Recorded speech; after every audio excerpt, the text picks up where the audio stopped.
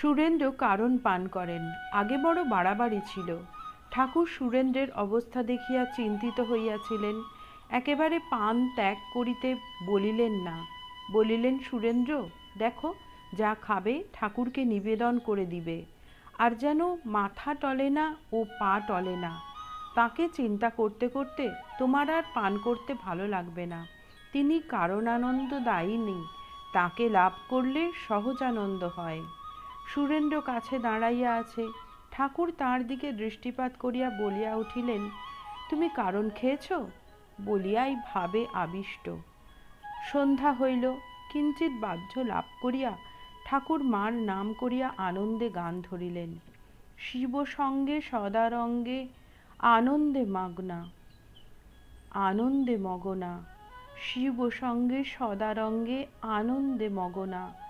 সুধা পানে ঢল ঢল ঢলে কিন্তু পড়ে না মা। বিপরীত রতাতুরা পদভরে কাঁপে ধরা। উভয়ে পাগলের পাড়া, লজ্জা ভয়ে আর মানে না।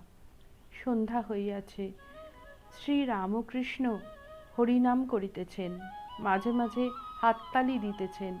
সুস্বরে বলিতেছেন, হরি বল, হরি বল, হরিময় হরি বল, হরি হরি হরি বল।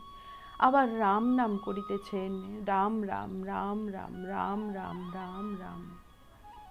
ঠাকুরের প্রার্থনা, হাউ টু প্রে, পরবর্তী পর্বে।